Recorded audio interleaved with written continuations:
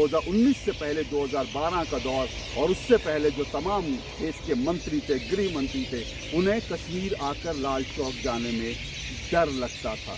ये कश्मीर बदला है, इसको समझना चाहिए।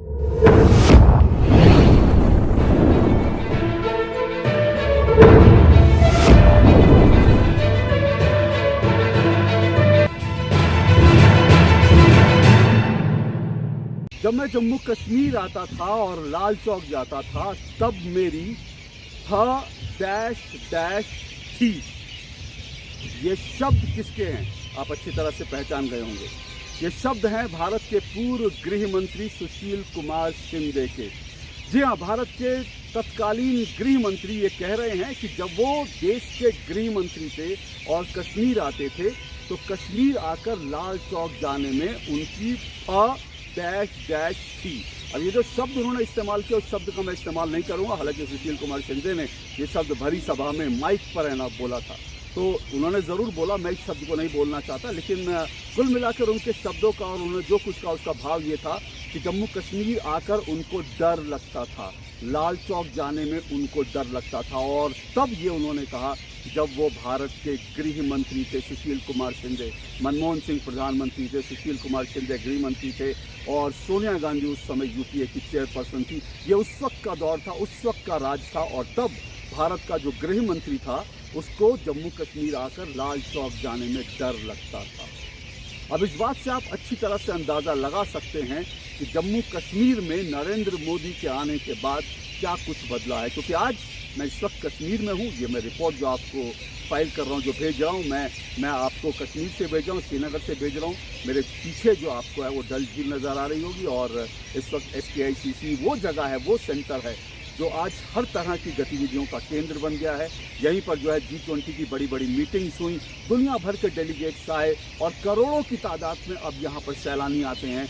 किसी को लाल चौक जाने में डर नहीं लगता। लेकिन 2019 से पहले 2012 का दौर और उससे पहले जो तमाम देश के मंत्री थे, गृह मंत्री थे, उन्हें कश्मीर आकर लाल चौक जाने में डर लगता था। ये कश्मीर बदला है, इसको समझना चाहिए। जम्मू कश्मीर भारत का अभिन्न हिस्सा है, लेकिन भारत के गृह मंत्री को जम्मू कश्मीर और श्रीनगर आकर लाल चौक जाने में डर क्यों लगता था, ये मैं आपको बताऊंगा। लेकिन उससे पहले एक बात और आपको बता दूं कि मैं खुद जम्मू कश्मीर में 1993 से रिपोर्टिंग कर रहा हूं, लेकिन मुझे जम्मू कश्मीर आने में कभी डर नहीं लगा। थोड़ा थोड़ा ये ज़रूर लगता था, मेरे परिवार को डर लगता था, मेरे दोस्तों को डर लगता था। जब मैं 1993 में और उसके बाद 2002 में, 2004 में, 2008 में इस तरह से जब मैं यहाँ पर आता था, जब यहाँ पर माहौल जो है, यहाँ पर आतंकवाद था, पत्थरबाजी होती थी, तब मेरे जो जानकार थे उनको ज़रूर डर लगता था। लेकिन मुझे जम्मू कश्मीर आकर कभी इस तरह का डर नहीं लगा। इसका एक बड़ा कारण यह है कि मुझे भारत की सेनाओं पर, यहाँ पर जो तमाम लोग जो भारत के अर्धसैनिक बल और सेना के लोग तैनात थे, मुझे उन पर भरोसा था। मुझे उन पर अब भी भरोसा है। मैं मानता हूँ कि भारत की सेना, भारत के सिपाही, भारत का एक एक सिपाही जब तक जम्मू कश्मीर में है, तब तक गृह मंत्री को तो डरने की कम से कम ज़रूरत नहीं है। आम लोगों को डर लग सकता है, लेकिन गृह मंत्री जो सुरक्षा के इतने घेरे में आता है, आखिर उसको डर लगे क्यों लगे? क्या इसका मतलब, क्या समझ रहे हैं आप? इसका मतलब क्यों डर लगता था? इसलिए डर लगता था क्योंकि जो अलगाववादी आतंकवादी थे, उस वक्त की सरकारों ने अलगाववादी आतंकवादियों के सामने हथियार डाल दिए थे। वो उनके सामने नतमस्तक हो गए थे। वो उनसे डील करते थे, वो उनसे लड़ते नहीं थे, बल्कि उनसे डील करते थे। तो थोड़ी बहुत शांति, यहाँ पर शांति का काल कुछ देर के लिए आता था ना कश्मीर में, कभी 6 महीने के लिए, कभी 1 साल के लिए।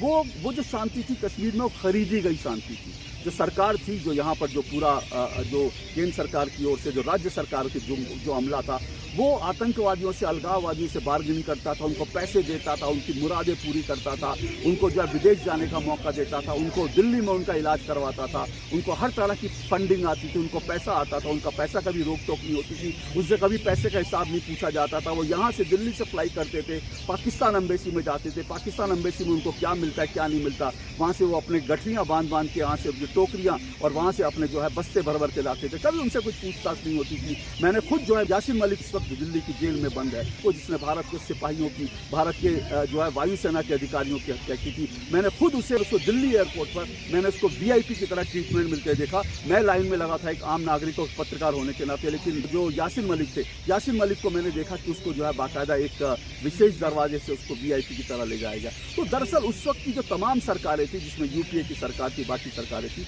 उन्होंने जो यहाँ पर हुर्रियत थे, अलगाववादी थे, पाकिस्तान के जो प्यादे थे, जो यहाँ पर जो आतंकवादी थे, उनके सामने घुटने टेक दिए थे। और इसीलिए जो है तब भारत के जो गृह मंत्री थे उनको जम्मू कश्मीर में आने में डर लगता था। लेकिन आज जम्मू कश्मीर में कोई डर नहीं है।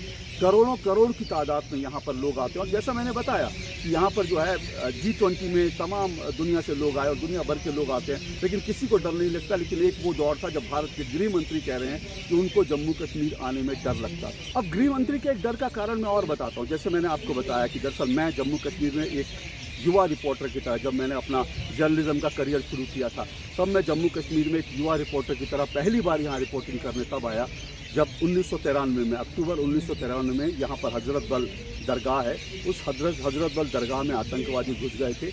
उसे हजरत बल सीज के नाम से जाना जाता है। तब मैं यहाँ पहली बार रिपोर्टिंग करने आया था।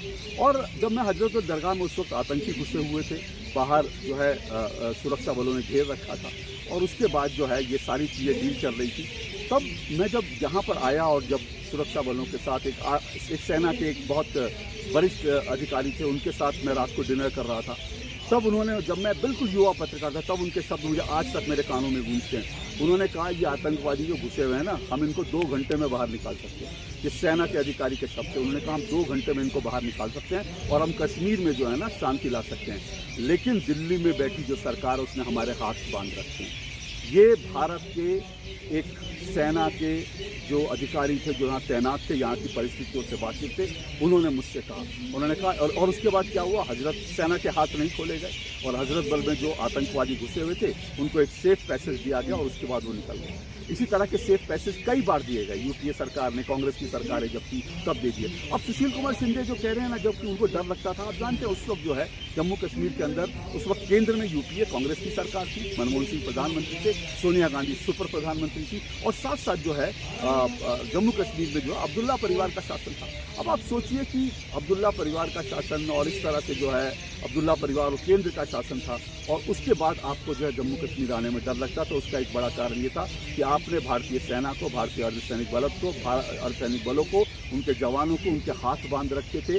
आपको उन पर भरोसा नहीं था, आप उनको गोली तक चलाने की इजाज़त नहीं देते थे। ये भी कहा जाता है कि जम्मू कश्मीर में सैनिकों को, मतलब जो आतंकवादी जिनसे भारत के जवान लड़ रहे थे, भारत के सिपाही लड़ रहे थे, उनसे उन आतंकवादी के पास कोई हिसाब नहीं मांगता था। गोलियां कितनी मर्जी बरसाएं, कुछ करें, लेकिन सैनिकों से एक एक गोली का हिसाब मांगा जाता था कि उन्होंने कब गोली चलाई, क्यों गोली चलाई। उनसे गोलियों का हिसाब मांगा जाता था, लेकिन आतंकवादियों का कोई हिसाब नहीं था, सेना से हिसाब मांगा जाता था। सेना के पास कोई इस तरह की खुली छूट नहीं थी।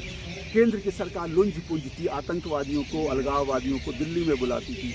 यही जो है यासिन मलिक, आपको मालूम है, जिसने भारतीय नौसेना के जवानों की हत्या की थी, वो प्रधानमंत्री कार्यालय में आता था, प्रधानमंत्री उसको गिफ्ट देते थे, वो प्रधानमंत्री को गिफ्ट देता था, और उसके साथ प्रधानमंत्री का डिनर होता था। सोचिए, प्रधानमंत्री कार्यालय में आतंकवादियों, अलगाववादियों को बुलाया जाता था, तो फिर सिपाहियों का जो हौसला जो है, भारत की सेना का हौसला, वो आखिर क्यों, उनका हौसला कैसे आप बढ़ा के रख सकते हैं। तो तमाम फैक्टर से पाकिस्तान के साथ जो है लगातार जो है मोमबत्ती गैंग जो है पाकिस्तान के साथ संबंध अच्छे करने की वकालत करता था, और जो है पाकिस्तान को एक विशेष तरह का दर्जा दे रखा था। लेकिन 2014 में नरेंद्र मोदी के आने के बाद सेना को स्पेशल ताकत दी गई कि आपको आतंकवादियों से लड़ना, हम आपके साथ खड़े हैं। इस ताकत के साथ सेना आतंकवादियों से लड़ने लगी, और उसका परिणाम हमें मिला। 2019 में जो एक 370 धारा थी, जो जम्मू कश्मीर को भारत से काट कर रखी थी, उसको भी हटा दिया गया, और उसके हटाने के कारण जो है वो धीरे धीरे, मैंने चीज़ें देखी, धीरे धीरे चीज़ें यहाँ पर सुधरने लगी, और उसके बाद आतंकवाद जो है वो धीरे धीरे उनकी जो फंडिंग होती थी, उनको जो पैसा आता था आतंकवादियों के पास, उनके पैसे पर भी जो है लगाम कसी गई, और ऐसे से यहाँ पर घाटी में आतंकवाद को ख़त्म किया गया। हालांकि आतंकवाद पूरी तरह से ख़त्म नहीं हुआ, हो भी नहीं सकता, क्योंकि यह जहाँ पड़ोस में जो पाकिस्तान बैठा है वो लगातार जो है यहाँ पर आतंकवादी भेजता रहता है और यहाँ भी सरफिरे लोगों की कमी नहीं है। किसी को भी पैसा देकर, किसी को भी गन देकर किसी को मरवाया जा सकता है। तो इसलिए कुछ टारगेट किलिंग ज़रूर होती है, लेकिन मोटे तौर पर आतंकी घटनाओं में, पत्थरबाजी की घटनाओं में भयंकर तौर पर भारी संख्या में पत्थरबाजी की तो एक घटना नहीं होती, आतंकवादी घटनाओं में भी कमी आई है। टारगेट किलिंग ज़रूर हो रही है उनकी तरफ से, लेकिन धीरे धीरे चीज़ें जो बहुत बेहतर हो चुकी हैं। मैंने आपको बताया कि मैं यहाँ पर कश्मीर में पहली बार 1993 में पहली बार आया था, जब हजरत बशीर हुआ था, एक युवा पत्रकार की तरफ से यहाँ रिपोर्टिंग करने आया था। और उसके बाद से जम्मू कश्मीर में शायद ही कोई दौर है जिसकी मैंने रिपोर्टिंग ना की। और मैं इसीलिए शिंदे साहब को कहना चाहता हूँ, शिंदे साहब, अगर आप भारत की सेना पे, भारत के सैनिकों पर भरोसा करते तो आपको डर नहीं लगता, आपकी डैश डैश डैश ही नहीं होती। लेकिन आपने सैनिकों पर, भारत के सैनिकों पर भरोसा नहीं था, क्योंकि आप तो आतंकवादियों के साथ डील करते थे। आप आतंकवादियों और अलगाववादियों को जो है अपने घरों में बुलाते थे, हुर्रियत के सामने आपने जो है उनके सामने नतमस्तक हो रखे थे, तो डर आपको लग नहीं था।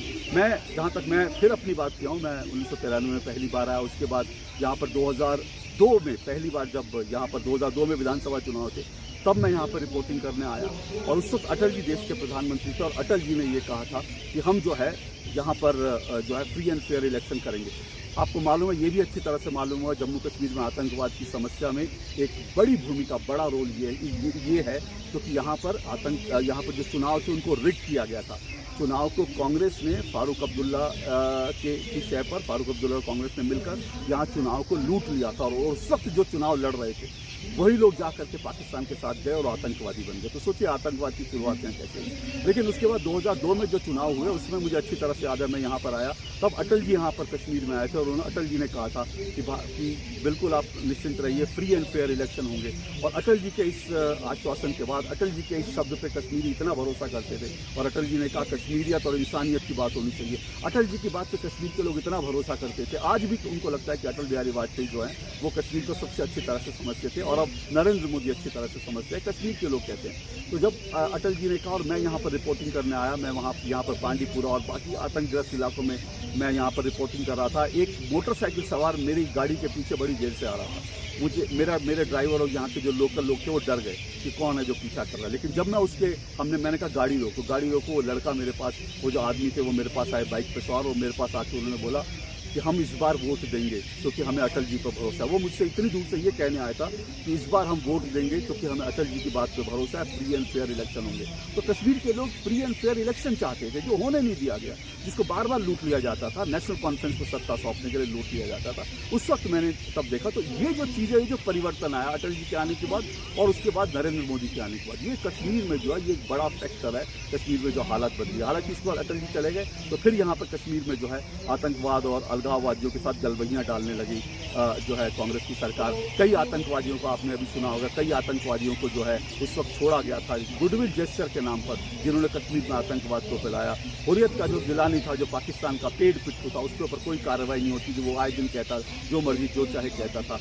कश्मीर में पथराव की घटनाएं रोज होती थी। और वही लाल चौक, जहाँ पर ये जो कहा ना, लाल चौक पे क्यों डरते थे सुशील कुमार शिंदे लाल चौक जाने से, क्योंकि लाल चौक जो है वो ऐसी जगह मानी जाती थी जहाँ पर आतंकवादियों का अड्डा था। इसी लाल चौक पर तिरंगा फहराने के लिए मुरली मनोहर जोशी और नरेंद्र मोदी आए थे और उन्होंने तिरंगा फहरा के गए थे। इस लाल चौक पर तिरंगा फहराना जो है वो एक तरह का अपराध था। आप तिरंगा लेके नहीं आ सकते थे, क्योंकि जम्मू कश्मीर का अलग संविधान था, अलग विधान था, अलग निशान था, अलग झंडा था जम्मू कश्मीर का।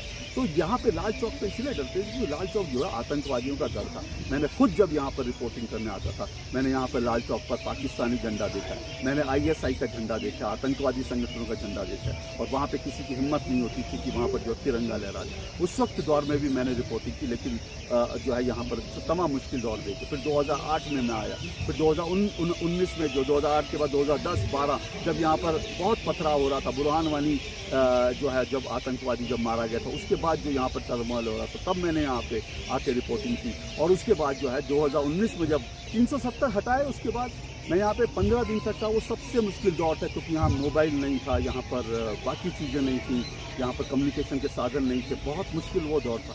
लेकिन उस दौर में मैं 15 दिन यहाँ पर रहा और तब उस मुश्किल दौर में भी रिपोर्टिंग की। तो मैंने तमाम उस समय रिपोर्टिंग की और जब मैं रिपोर्टिंग करा मेरे सामने मैंने कई जो है गोगजी बाग एनकाउंटर 2002 के विधानसभा चुनाव में गोगजी बाग एनकाउंटर हुआ, मैंने उसकी लाइव रिपोर्टिंग करी।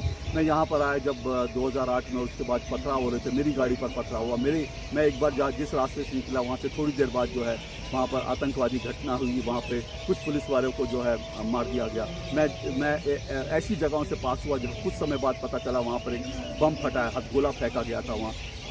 तो ये सारा दौर मैंने देखा है जब यहाँ पर चुनाव की बात करने पर, डेमोक्रेसी की बात करने पर लोग आपको घेर लेते थे, आपका विरोध करते थे, लोग खुलकर बोल नहीं सकते थे, वो सब मैंने दौर देखे हैं। लेकिन वो दौर अब जम्मू कश्मीर में इतिहास बन गया है। और शिंदे साहब, आपकी अगर यहाँ पर लाल चौक पर आने में, कश्मीर आने में आपको अगर डर लगता था तो मुझे लगता है थोड़ा बड़ा दिल दिखाइए और अब प्रधानमंत्री नरेंद्र मोदी को धन्यवाद दीजिए। मोदी जी, आपने कश्मीर को ऐसे बदल दिया कि अब यहाँ पर डर नहीं लगता।